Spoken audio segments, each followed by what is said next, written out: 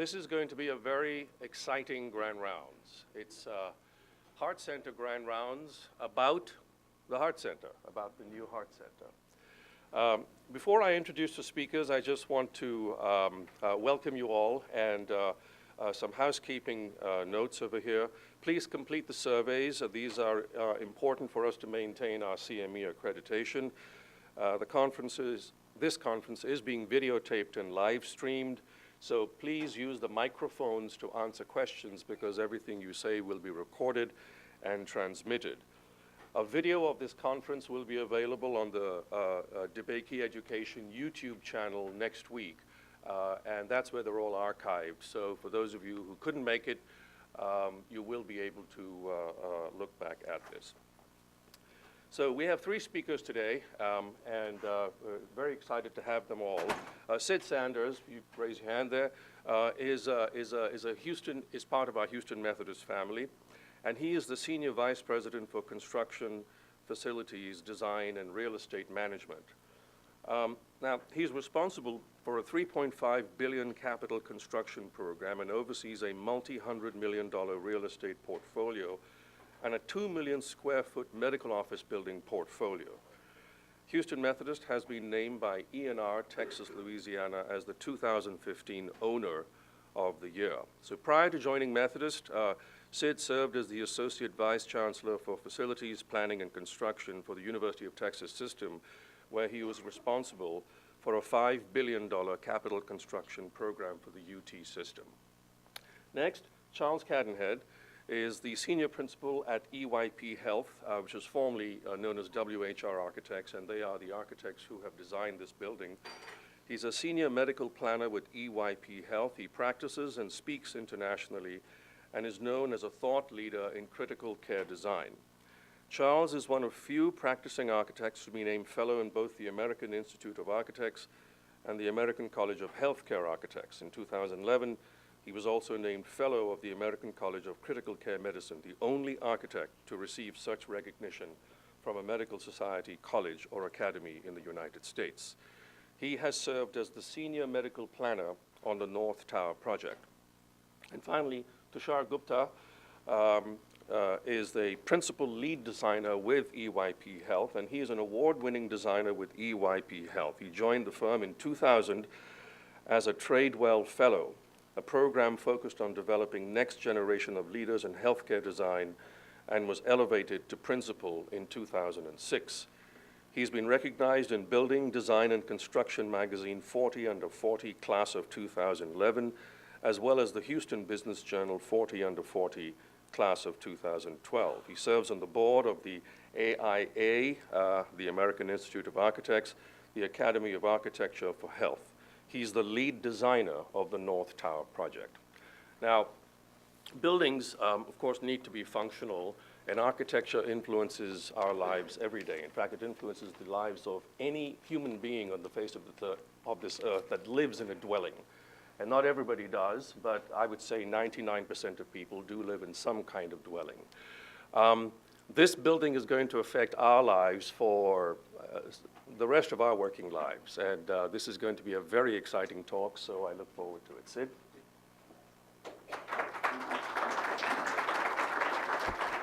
Thank you. So, as an outline, it's going to be 4 parts. I'm going to kind of bookend it. First is concept. We're going to tell you just kind of how this building came into being. It's a decade in the making.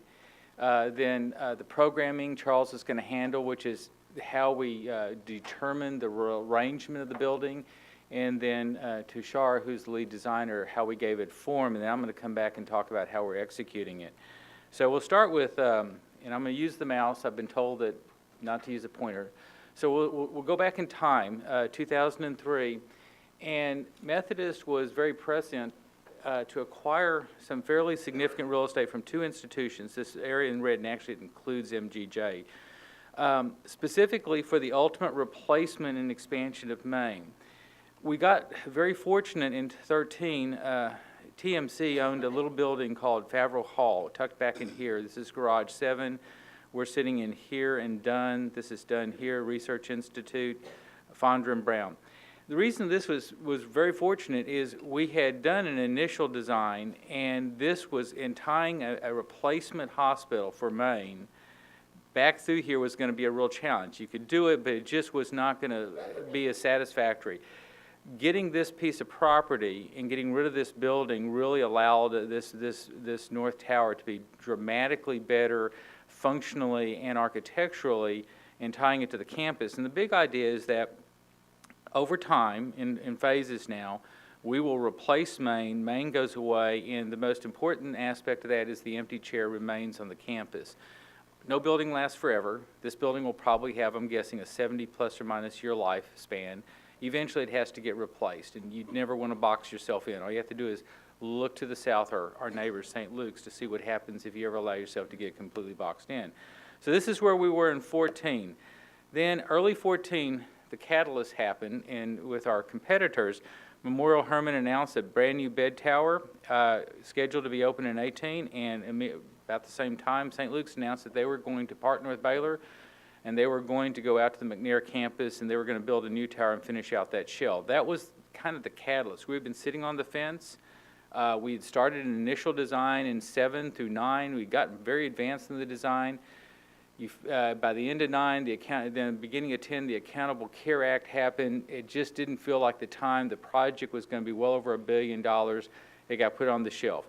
It resurfaced at this point, and so here are the sort of most primal drivers.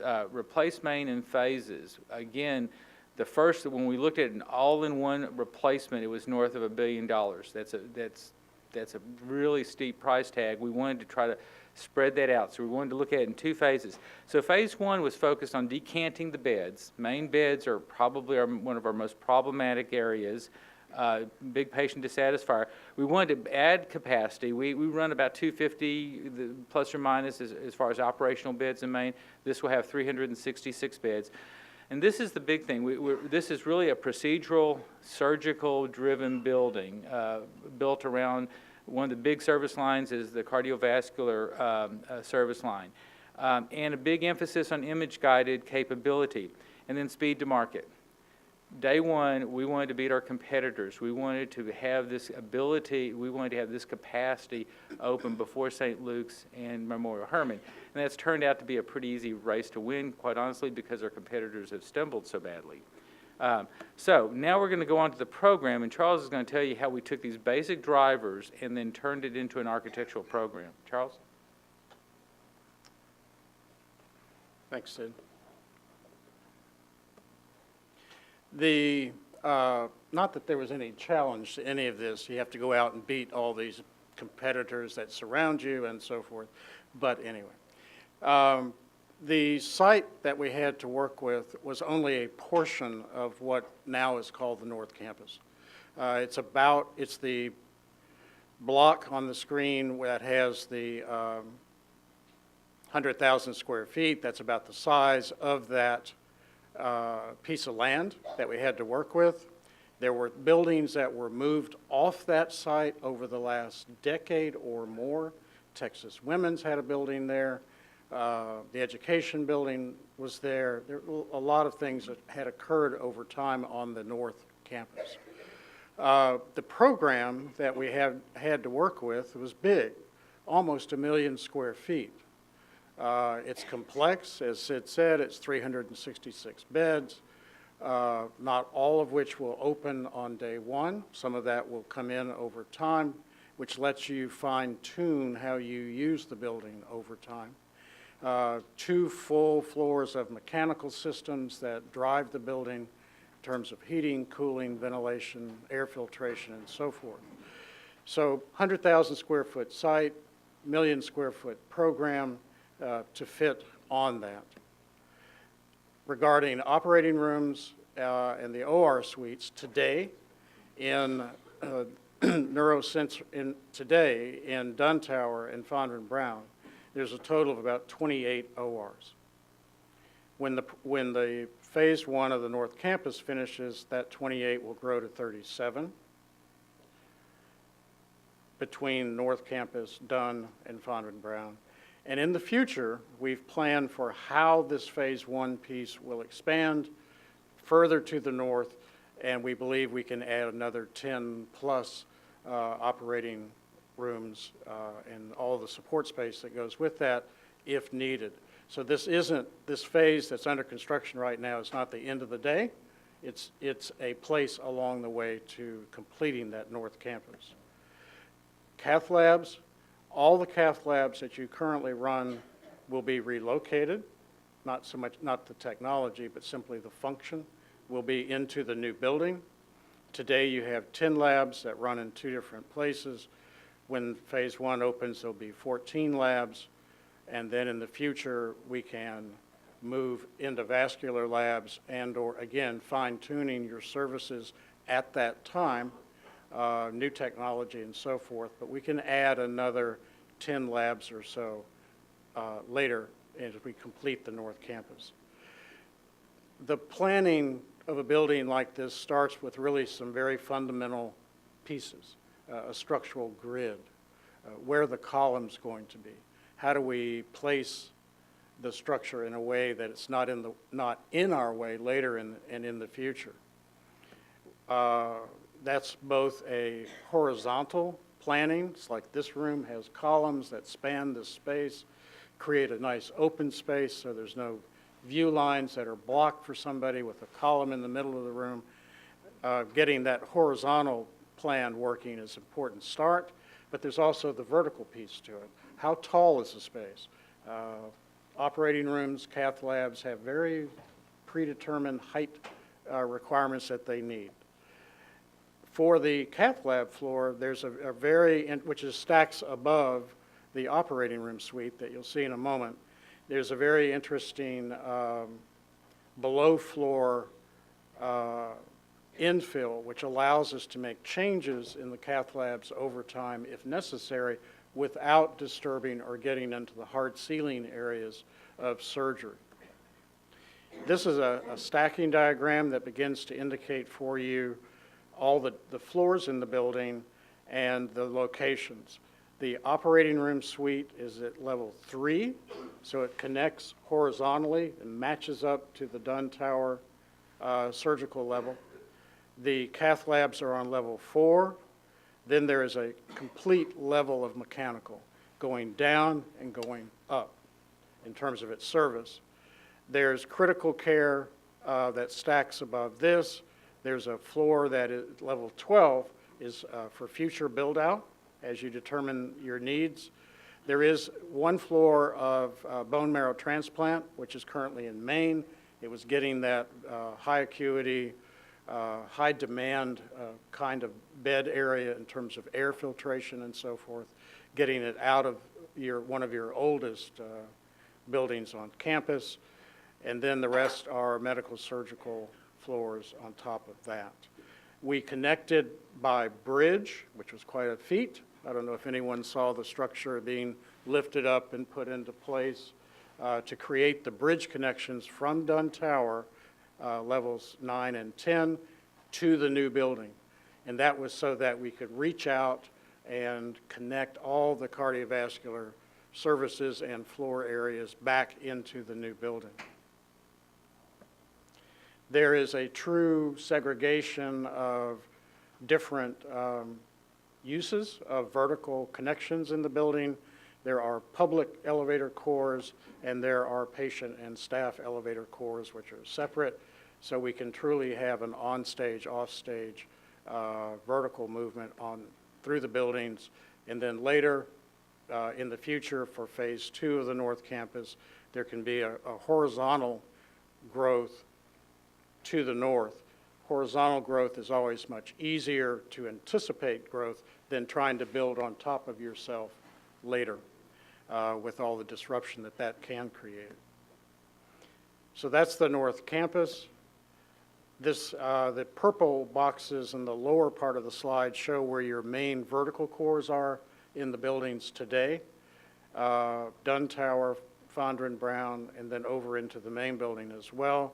The white footprint or plan in the center of the slide, and the red boxes there represent where the elevator cores are in the new North Campus, and the yellow box is the public or visitor side of the elevator cores.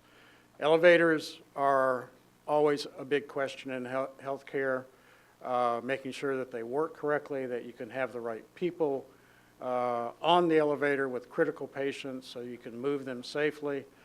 On the right upper side is a drawing that represents the Dunn Tower elevators. They're a little bit under 6 feet. Patient elevators are a little bit under 6 feet wide and just a little bit over 8 feet long. And in each of the patient elevator cores in the new building, there are a pair of very large elevators which are intended for patient movement. The cab is about 8'4" wide. That is wider than the 8-foot corridors that you normally walk around in the hospital. And they're about 12 feet deep. So it's very long, very deep. You can move a full bed.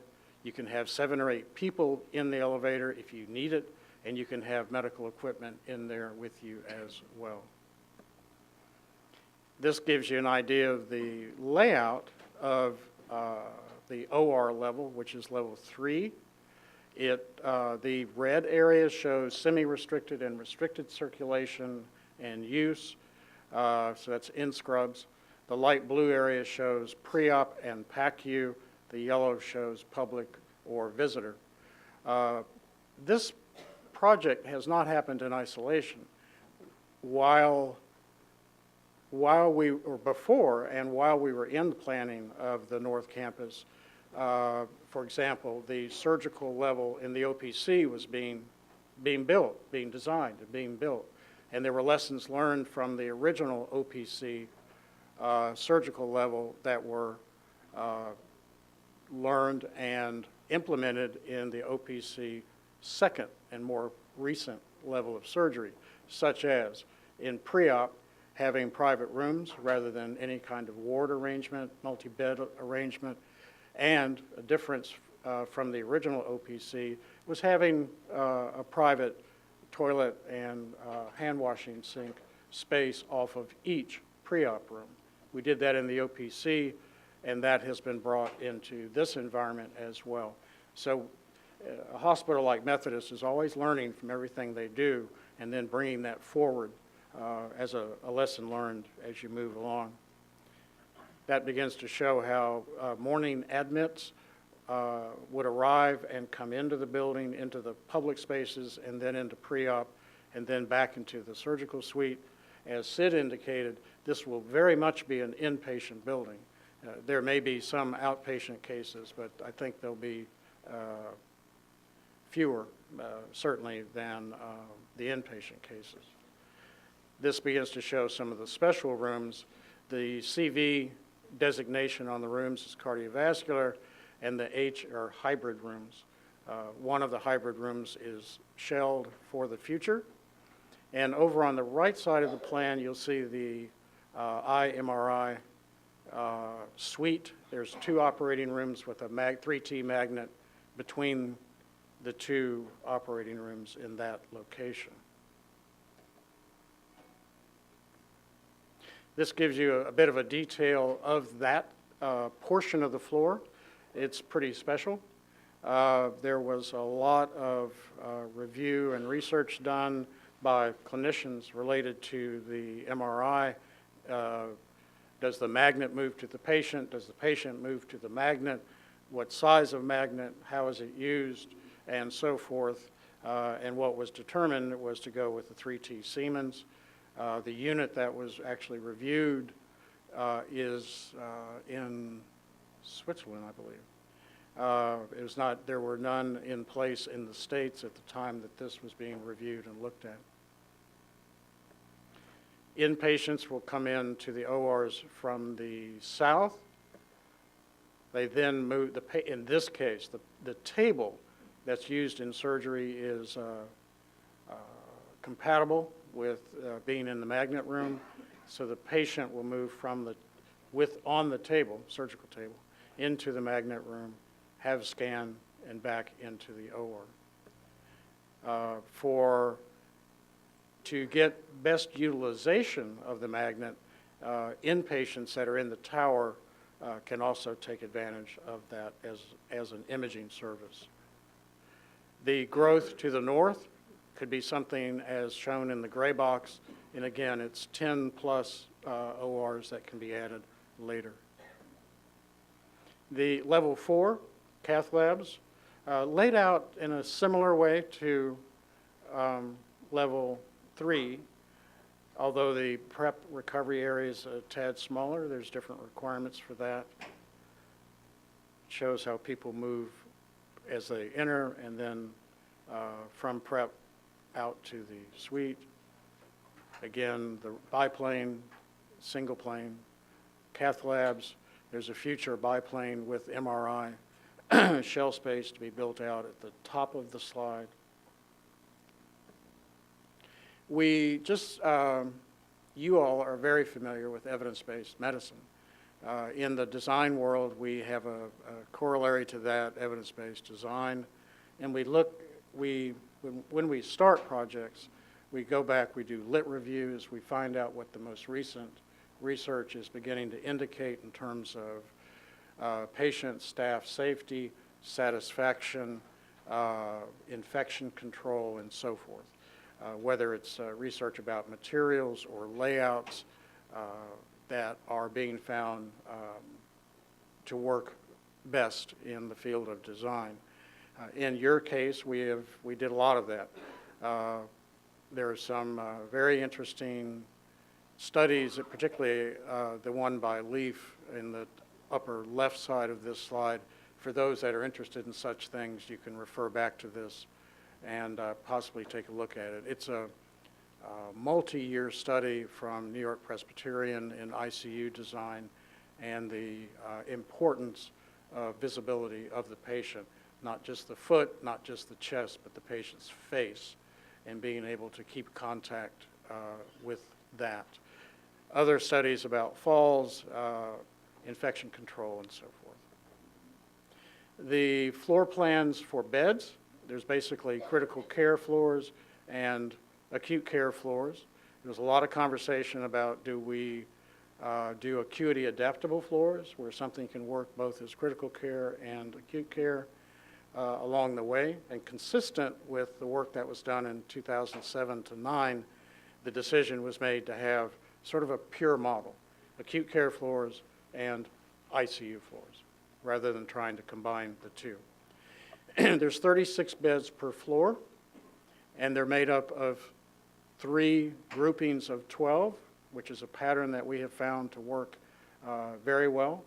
Around that 12-bed grouping, there is a core of support spaces so that staff never have to circulate or go very far in order to have the materials at hand for the patients.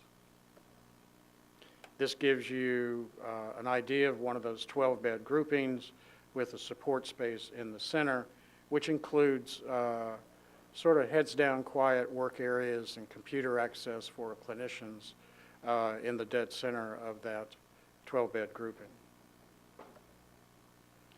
Now we're down to the actual patient rooms, acute care on the left, ICU on the right.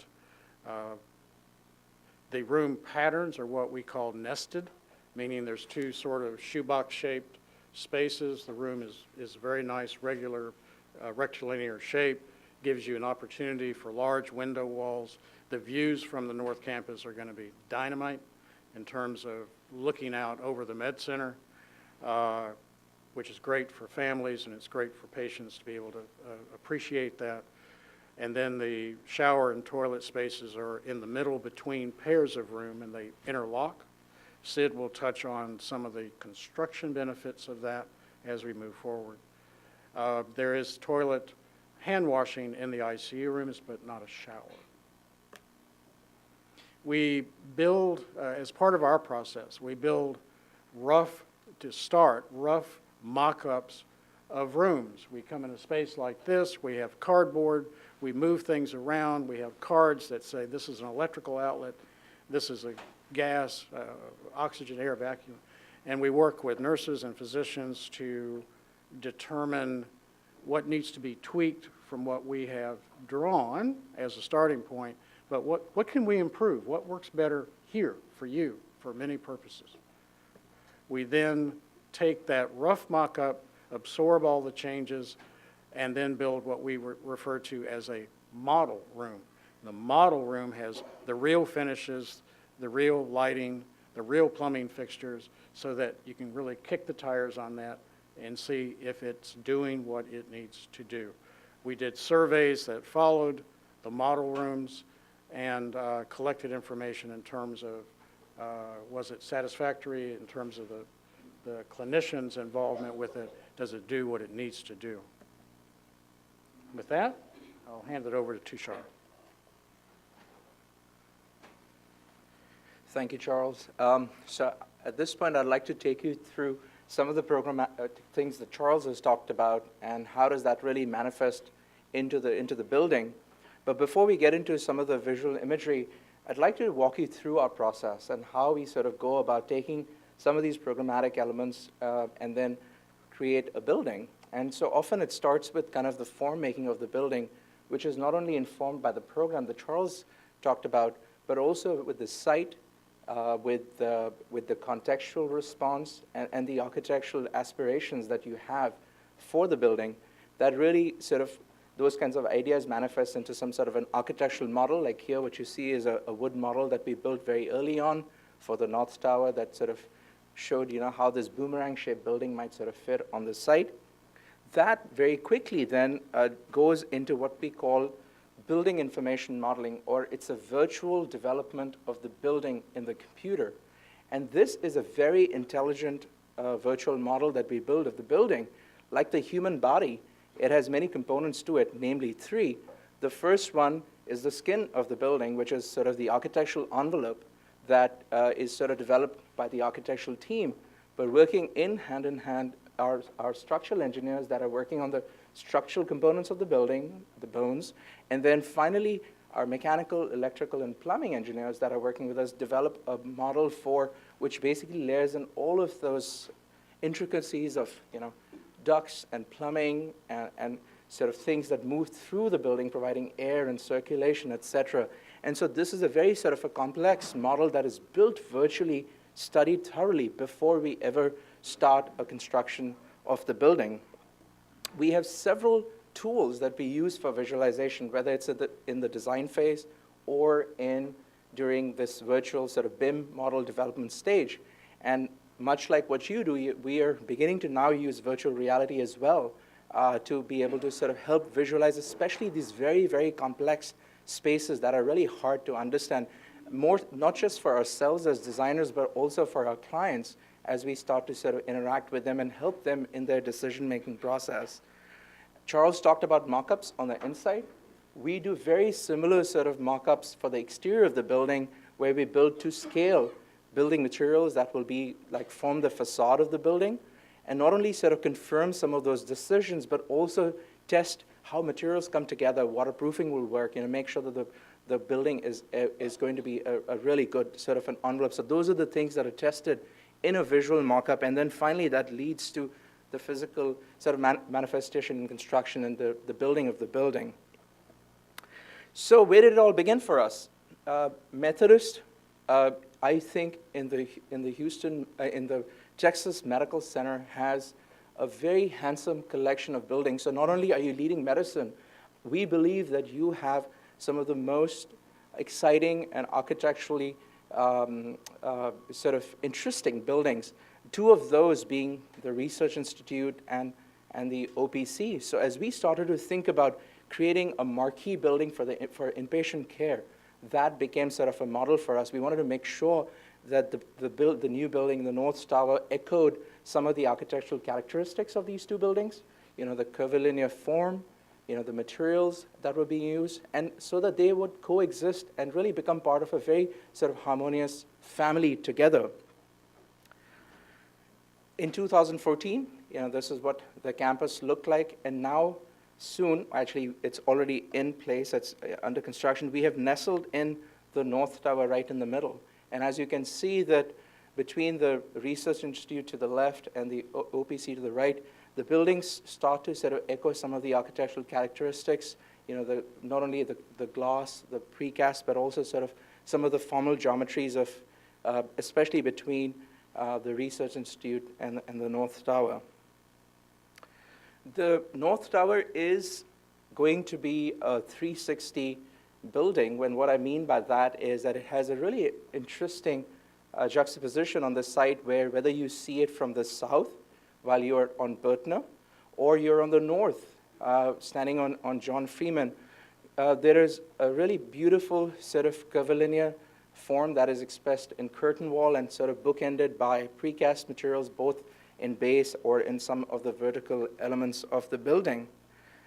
On the east facade specifically, we had a very interesting opportunity, one of the unique opportunities that Methodist has in the medical center. We had a very actual procession coming down from Morrison, and we wanted to make sure that the terminus was celebrated in a new entrance, an inpatient entrance for Methodist. And that is now going to be a gateway for your campus from the east, which will help alleviate some of the congestion that might be happening along Main and that entrance that we have, along Fannin Street.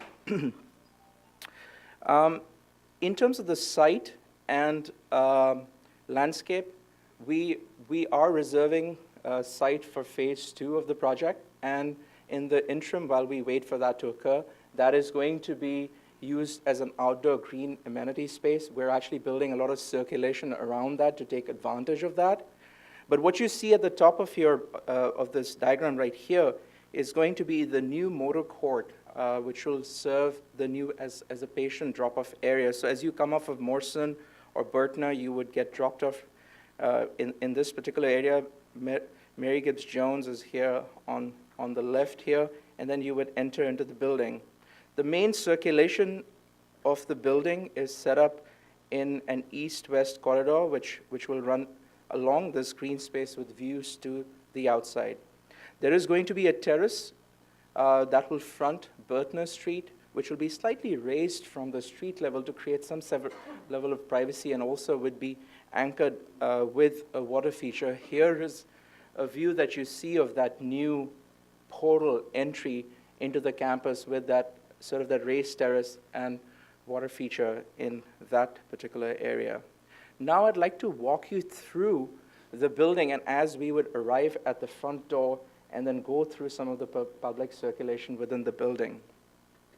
So you just drove up that motor court, and as you arrive at the new front door, there's going to be a very warm and inviting lobby, much like what you have at Research Institute. Again, designed but very much purposefully to sort of pick up on some of the characteristics of the space that exists in the Research Institute. Again, very open, very inviting, very warm. So you can come right into and you can see into the lobby.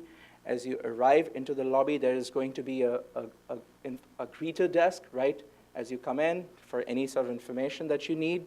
Adjacent to this area would be a really beautiful lobby with some waiting areas and a cafe, which is going to be tucked right behind this stone wall that you see in this particular rendering.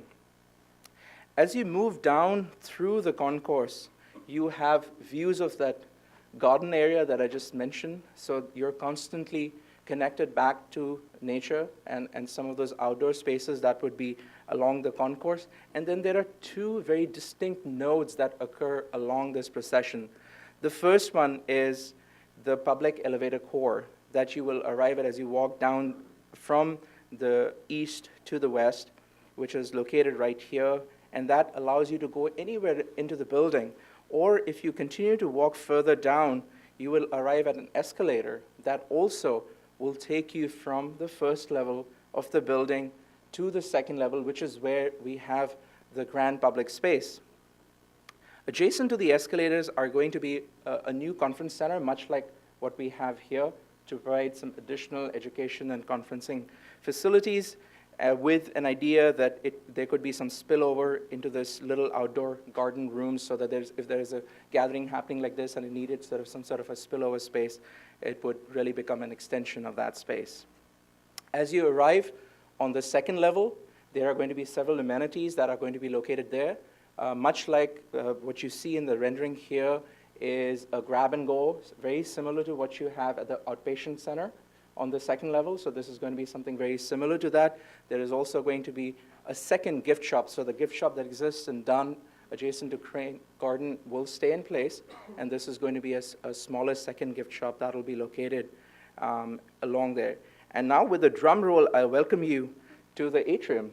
And this is going to be one of the new marquee spaces, interior spaces, I think, of our campus. This space has been very thoughtfully designed to echo characteristics of the Crane Garden. Crane Garden is such a unique space on your campus. It's a multi-dimensional space, not only in terms of functionality, but also in terms of the experiences that it offers. This space is going to have those similar sort of attributes. There is going to be a really large skylight at the top of the space, which will filter light down into the space. There's going to be a series of spaces to sit, relax, just sort of rejuvenate. Some of the waiting spaces cascade up into the atrium. So the surgery waiting is on, as you see in the balcony space, on level 3. And then above that, behind the window, next to that wood wall, is where the Cath lab waiting is. So all of those kinds of public spaces sort of stack up nicely along this. But the star of the space is the Arms of Christ mosaic. That is something you have probably seen what used to be on the along Fannin Street on the main building on the exterior. It was very craftfully removed and is now being reinstated into the atrium space and really will anchor this space. So I think that's quite a remarkable feat and sort of the commitment of Methodist history and sort of long lineage. And I think it'll be celebrated within the atrium right here. Here is the view as you move up on the 3rd floor. And what you're seeing beyond the opening is that surgery waiting area for patients and families that come here. There is also a quiet, so there is the surgery waiting areas actually has 2 pieces to it. The first one is sort of this area, which is in front of the wood wall, but there's also a quieter area, which is sort of behind the wood wall, sort of tucked in for kind of offering series of opportunities for families as they wish to sort of interact, and that piece overlooks into the green space. Finally, on the 4th level, this is a view of the Cath lab waiting area. And again, this is that window, so you can sort of look down into the atrium, or right behind us is a window that looks down out into the garden area. Here is a view of a typical med-surg inpatient room. And as Charles talked about the dynamite view, what you can see here, this is one of the rooms to the north, which is going to have some really beautiful views of downtown from within the patient room. It's a very nice, clean space, tall ceilings, large windows, access to daylight. There is going to be patient accommodation, kind of by close to the window. The bathroom door is nestled very nicely into the wall. So it's a very clean, very well organized space, which will not only work very well functionally, but also aesthetically is a very calming, sort of almost creating this cocoon-like space for the patient in the middle. In addition to that, there are several series of staff spaces that are in the building. These are only a few that we have included here, but starting with lounges, which are very purposefully located on the exterior wall of the building, so that staff has access to daylight, views, etc., when they are taking a break. But as you get into the units, there is going to be series of collaboration areas located within those 12-bed neighborhoods that Charles talked about. So each of those neighborhoods is going to have series of collaboration spaces for clinicians, practitioners to sort of collaborate and kind of come together. And of course, this is a view of the conference center, which provides larger opportunities for education and gathering. So we're very excited about the project. We just are thrilled and can't wait another 12 months, but hopefully within a year from now, we will all be able to walk through the building and maybe have the same experience in person. So with that, I will hand it over to Sid to sort of wrap up the show. So, speed to market. This building was put together, the team was assembled very purposefully to deliver the project fast. We assembled the project in March 14. Board approved the scope in May of 14, groundbreaking May of 15, topping out February of this year, substantial completion December of this year. first patient April of 18. If you do the math, board approval to first patient's 48 months. For comparison, the OPC took 65 months. Again, we intentionally went this very fast. So I'm going to just give you some of the techniques. Classic organization, architect, construction manager, owner. Key thing is here's all the companies that are actually going to build your building, subcontractors, manufacturers. One of the first concepts we did is we brought them up into the fold. We selected them well before design was even completed in a very specific way because we wanted to integrate that capability into the virtual final construction design and execution. The owner selected the architect. We jointly, and the way we put this together is every team member participated in ongoing selections. And these are the key pieces. Rarely do you have a project that brings these folks in early, and particularly in these trades, because these are the trades that really determine the execution of the building. So we brought them in early under the construction manager with the design team fully collaborating in those selection processes. Kind of complicated diagram, but this is our model because we put together a whole manual on how we were going to execute this project in a computer and then translate it into the field. So what you have right here is red line is the design team, blue line is the construction team. End of design development, nowhere near close to construction documents, but we're getting pretty detailed in our decision making. Through design development, the AE team's leading, but they're working on a daily basis with the companies that are going to execute all these systems. As we move into construction documents, the design team steps to the back, and the construction team actually concludes the design in the computer. Traditional design team puts all the documents together, they put it out to the field, and it comes back to you. It's called shop drawings and change orders. And because the field team is actually then reconfiguring how they really want to try to build it. So, hang on, there, okay. So, the second thing we did is out of Brazewood, we have about 3,000 square feet of virtual design space that we set up. And for over a year, architects, engineers, and manufacturers and subcontractors met out there in this virtual workspace, and they designed the building, and oftentimes we're only about 3 or 4 floors ahead of the concrete frame, working out all the details. Everything down to about a 1-inch diameter pipe was modeled in the computer, and that allowed allowed some very important things to happen that increased accuracy and speed and reduced rework. So another technique that our contractor had is scanning. They have some technology that's really just emerging in the last couple of years. They'd go out with laser scans and scan the entire environment, pick up millions of data points, pull that back into the computer. And why that was so important is they could control the site. Very complicated site. We're connecting to Dunn on 4 levels, Fondren and Brown on 5 levels, Neurosensory on 2 levels, and Garage 7 on 1 level. And what you see here, these yellow vertical bars are our tower cranes. This is all the foundation. So, and we're building this. The contractor affectionately called this Hell's Corner because of everything that had to go back into this space. Keep Wilkins Drive open the entire time, and no maneuvering room.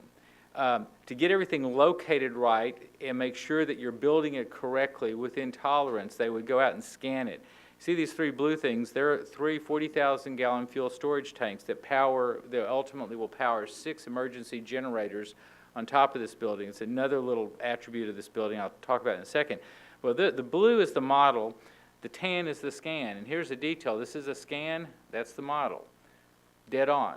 And this allowed them to know for certain that they had pieces in place, because we're going to cover this up with a valet drop-off ramp and then build up from there. So, the virtual design now allowed another thing. This is a warehouse a couple miles east of downtown Houston. We have 360 bathrooms that we have to build in this building. Typically, we would only have been able to start those maybe 4 or 5 months ago because the frame wasn't even up and completed and topped out until February this year. We started these about 2 years ago in pods, fabricated off-site. These are a pair of restrooms because they're nested, so we're able to build 2 together in 1 structural unit. They're QR coded, so we know where they go. They come out to the site in a lowboy, shrink wrapped. The tower crane flies them in, and then they're set in cast-in-place blockouts in the slab with sleeves put in there and then plumbed up. So we're able to build finish-out items, and they're all the way down to the fixtures and the wall, the tile. The only thing that's not finished is the floor tile. But everything else is completely finished out. So we're able to do a lot of detailed finish-out work while we're casting a concrete frame in the site. Another thing, ductwork. This thing has miles and miles, tons of sheet metal in ductwork. All of it has to be very, very specifically fabricated. Computer allows that to happen off-site. It comes out in trailers that are then flown, and they're all barcoded. They're flown into, with a tower crane, into the floors, and then they're hung, and you can see all the little barcodes, and hooked up. Piping, it's got miles and miles of all sorts of piping, med gases, domestic water, chilled water, waste water. Again, very little cutting on this job. It's all coming out in pre-work section. And without the virtual modeling, it's real hard to do that. Your risk of doing a lot of work that gets thrown away is too high. So this comes in and really gets more of an assembly process instead of a fabrication process. And also it allows quality and speed to happen. The interior exterior is all modular. The curtain walls are modular panels. The precast comes out modular and it just gets hung. And one of the centerpieces is those two big procedure platforms. One of the biggest engineering challenges, this is Wilkins Drive, so this is our building. We can't bear on done. The frame was never designed to take the weight. There's no room for columns, and there's about a 50-foot span that we have to cantilever. So there's 4 trusses about 12 feet deep, 70 feet long, a 50-foot cantilever. They came in, I watched the first one come in about 2 o'clock in the morning, get set in place, and then the entire, the OR and the Cath lab floor gets put on top and hung below these 4 massive trusses. Again, this was enabled by the advanced modeling that we did so it could be fabricated in Dallas and shipped down here and set in place. And one of the final real great attributes of the modeling is if you look at one of these buildings, there's tons of things hung above the ceiling. Each one of those things has to be located in 3-dimensional space, and you have to have an anchor in the concrete. Well, so when they were casting the floors, they would set these anchors by trade and then cast them in. So when they pulled the forms work, you just had to attach the female part of the anchor, and you had your X and Y coordinates set, and then you drop your strap, your hanger for your Z coordinate. And then everything can get hung, and it's hung in place. It's an automatic control mechanism so that when you build, you're building what you actually modeled and not something different. So with that, I'll play a very short video. This will walk you through, or fly you through some of the spaces. So you're driving down Burtner, you're approaching the front entrance, the new valet drop-off. Mary Gibbs is to your right.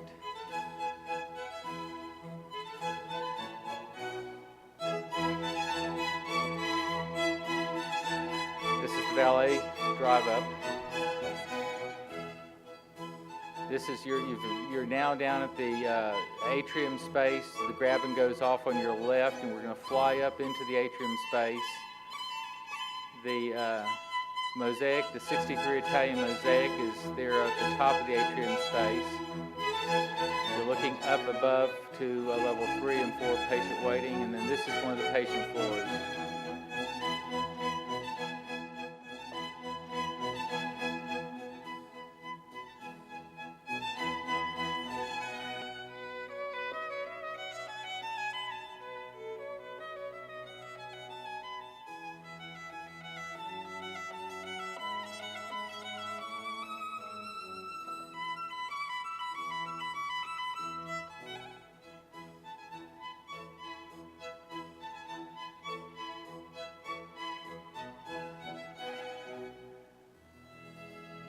And we'll be glad to answer any questions.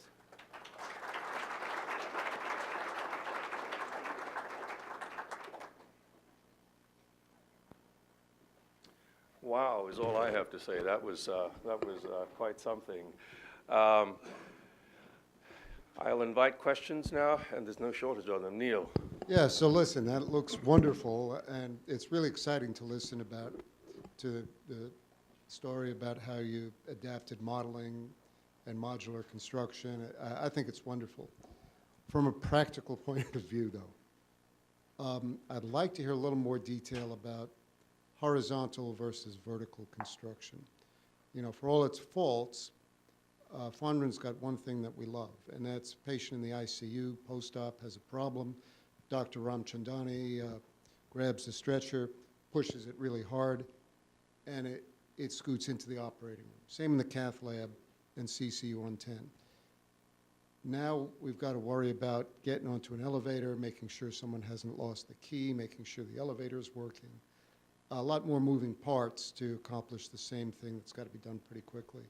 So a little bit of how that works, and then how the horizontal integration will be done when phase 2 is built. This is a question I thought for sure would come up, and it has.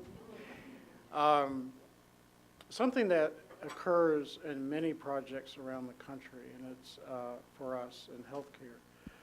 Part of it is the change in building and health facility regulations, codes.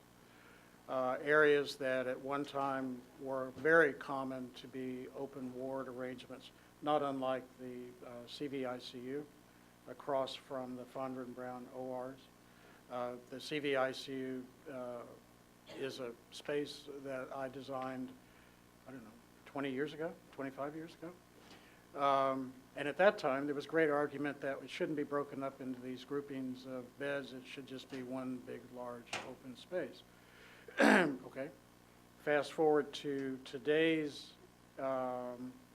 codes and expectations from families and so forth, having a greater number of private and smaller spaces with fewer people in them, and the ability of families to be better accommodated in even critical care rooms and spaces has become more commonplace. The site that we had, you may recall a couple of slides, the site was is about 100,000 square feet. The program is almost 1 million square feet. We knew we'd have to go vertical, and that included the need to put the recovery areas and the ICU areas in a stacked fashion rather than horizontally connected. We did go through the studies and the testing and the mock-ups with people and beds and whatnot in the elevators from a space point of view. But we all understand that there's a nervousness to taking a patient, which is fresh from the OR, and put them in an elevator and move them. It has become much more common. That doesn't make it any easier to be comfortable with, but it's certainly done more frequently now. So does that help a little bit on your? Little bit, yeah. I could tell you. There's still some discomfort. I'm quite sure that there is. You also included, I think, future expansion to this building. How are you going to break through the walls without? That's relative. There's always a bit of disruption, but a horizontal expansion is always much easier. You can come in and build and just kiss one building to another, complete the new expansion, and at a point you have to close down a room or so in the existing building and pop through. But that's a very quick, very short time of disruption as you grow horizontally. We talked about having the initial phase 1 much more horizontal, spread out, and then grow vertically on top of that, and that can be very disruptive when you're trying to build on top of yourself. Essentially, here's the dilemma you have. You can't build over an occupied space because you're dealing with weights of things you're lifting over it, so you have to have your top floor, at least your top floor, vacant. So you either stack a mechanical floor at the top, or you because once you occupy a floor, you can't decant it. There's no place to put it. So we've actually pretty much designed phase 2 to a certain level. It's in the computer, if you will. Depending upon timing, we'll revisit that design, but I'm pretty comfortable that we have a good strategy. And when Methodist decides to go forward with phase 2, it'll be a pretty fast execution. There is another point. Something I was trying to communicate in my part of the presentation. The phase 2 of the North Campus is very large, future expansion. There's no timing for it. But at that time, there is nothing that says that horizontally connected to your surgical level aren't critical care units. We've tested that footprint, that block of space, if it were more ORs that expand horizontally from level 3 out across up to John Freeman. But if you find over the next 5 to 10 years that the horizontal relationship from ORs to critical care and recovery is just the way it should be done, then I think the future way that the campus is completed could change. There's no it's not fixed. Other questions? Thank you very much. That was a fascinating journey from concept to construction. And it was interesting to hear that these buildings have a lifespan. Certainly, the present building, when it was designed, the practice of medicine was very different then from what it is now. And I guess my question to you in terms of change is, how do you factor into the design the changes without having a crystal ball? How do you factor in the, not just changes in capacity, but capability in the design of your building? Okay, so having somebody that's built billions and billions of dollars worth of institutional buildings, that is one of the biggest problems you have, challenges. And I boil it down to a couple of things. Your column spacing, your floor-to-floor height. If you, for instance, the reason Maine is obsolete is it has about 11.6 floor-to-floor height. There's no way you can put a modern infrastructure in that. There's just no, unless you abandon every other floor, make it a mechanical floor, which would be horribly inefficient. And then your vertical cores. You know, you make those robust, big, because that's going to be there for the duration. You can come in and periodically refresh and refurbish and update everything else. But the fact of the matter is that after, I don't know, half a century, 70 years, technology, culture, practice have usually, and technology also is then embedded in codes, have moved on that you really have to wonder, you question whether refurbishing is really the right way to go or replacement. 70 years for a high-tech building, whether it's a research building or a hospital, is a long time to serve, given all the changes that will occur over that period of time. But those elements, column spacing, floor-to-floor, and cores, if you get those very robust, you'll prolong the longevity of the structure. Most of us don't notice the spaces that we work in, right? We just sort of, we only notice it when we're irritated by it.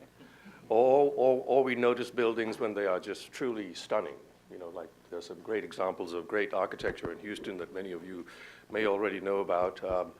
But I'd like to ask you sort of a philosophical question. What separates a good building from a great building?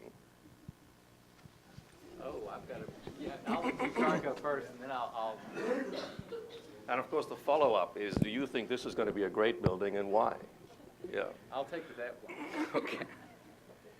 I think a good, you know, when we talk about buildings, we say buildings about form and function. I think a good building will really sort of, you know, offer you maybe part of that. You know, it will function well, and it is formally a building that, you know, is aesthetically pleasing. But I think a great building is really that elevates your sensory experience. Like when you come into the building, you literally feel like, wow, I really feel moved emotionally, sensory. Any sort of, I think a great piece of architecture will always have that sort of an emotional, or will generate an emotional response from you. In addition to, of course, being very functional and doing the purpose that it I think is supposed to sort of serve. I think for our project, I think we're going to have a series of those kinds of moments in the building, whether you'll see it from the outside or as you sort of walk through that, for patients, for families. And I think this is truly going to be one of the iconic buildings of our city that I think we're all going to be proud of. I think Tushar actually gave you a very good definition. A good building really has to function well. If it doesn't function well, it doesn't really matter how beautiful it is. What separates a good from a great building, though, is that it becomes a place that you really identify with, that it is a home. This will be a great building. I can say that with, since '99, I've been building in the Med Center, and there's, I don't know, I've lost track, but about 15 buildings in the Med Center that ultimately I've been responsible for 3 different institutions. This is going to be the best one. And the Med Center has an astounding collection of good buildings. They're clinically efficient. They're great institutions, great platforms to deliver healthcare and research. Very few pieces of great architecture. And that's as somebody that's responsible for a bunch of them. Methodist is blessed with some really great buildings, and this is going to be the best example. I absolutely believe that. Well, I hope you've made a movie of like a documentary. I remember watching a documentary called The Making of the Modern, which explains how the Modern Art Museum of Fort Worth, a great building by Tadao Ando, was designed and built. And it's a fascinating documentary, which I'd encourage you to watch if you have any interest. Great buildings in Houston, the Menil Museum, one of my favorite, the Beck Building, and of course the Asia Society just down the road from here, and many, many others. I'd like to thank you all for coming, and this has been a very revealing and wonderful experience, and we look forward to our new home. Thank you. Thank you. That was great. Yeah, thank you. Thank you very much. Yeah, thank you.